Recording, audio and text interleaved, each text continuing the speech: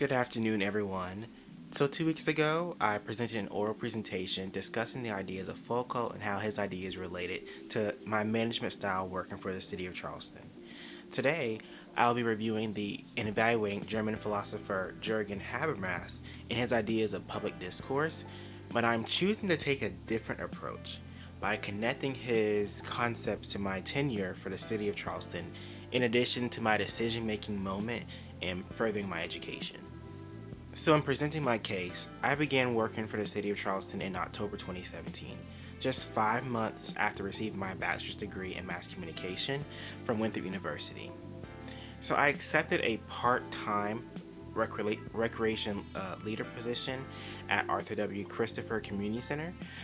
During my time there, my duties included the supervision of up to 40 children for an after school program, along with assisting with various athletic and social events. So after working there for about 6 months, I realized that I wanted more responsibility and the earnings to back it up. So I saw an opening for a full-time recreation specialist position at another City of Charleston recreation facility, which was called the St. Julian Divine Community Center. Opportunely, I was offered the position and I began working that April of 2018. So when I started my new position, I was a bit uncomfortable in the beginning with working under a different facility and under a new supervisor. But after a week of my new position, I had an uh-oh moment and I questioned, is this my final stop?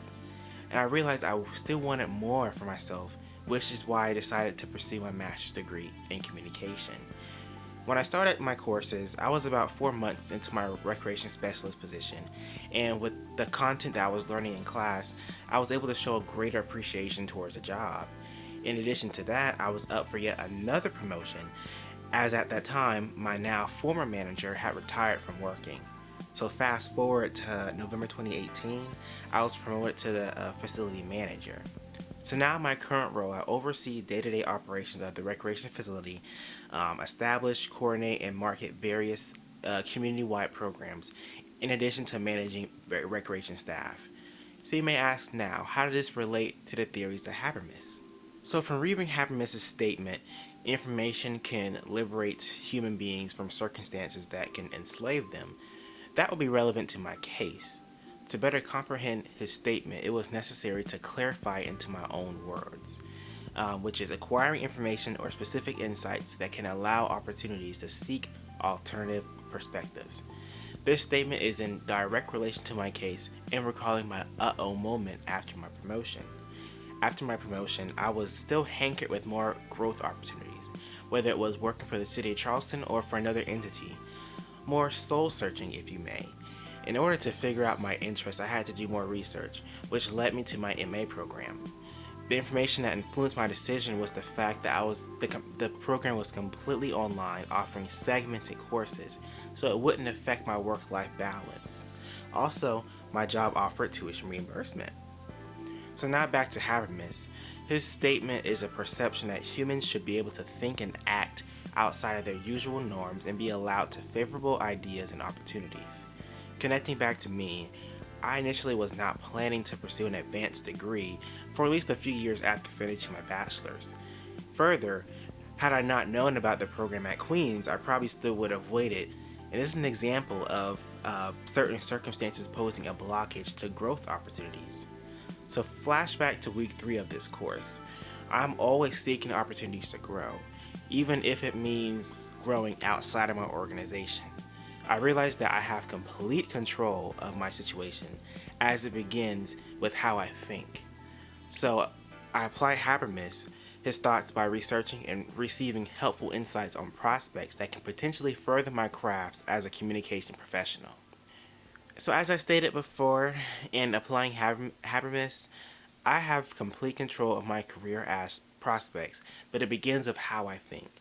Usually the lack of knowledge can be a hindrance to pursuing favorable circumstances, and the best way to combat this is to educate yourself on opportunities that you desire. This cognitive concept I will continue to adopt as I grow with the city of Charleston in addition to my progress in pursuing my master's degree. Society in general should offer a multitude of opportunities for all human beings, and we should all be able to take control of our personal destinies if we have not already. Once again, this action of taking control should always begin with how we think and how we perceive our current situations. So in closing, my current work for the City of Charleston, in conjunction with my degree progress, are both beneficial in determining my career path as a communications professional. Jürgen Habermas provides key holder information to unlocking certain freedoms that probably wasn't unavailable due to more cognitive hindrances than physical ones. This tends to be problematic for a great deal of individuals as they allow their current situations to be their final destinations, not knowing that they have hold the vital tools to advancement. Then they lead on. The ideas of Habermas are constructive to a variety of situations and can be integral in helping individuals like myself to soul search and to determine what outcomes they desire, especially in concerns to their career and their academics.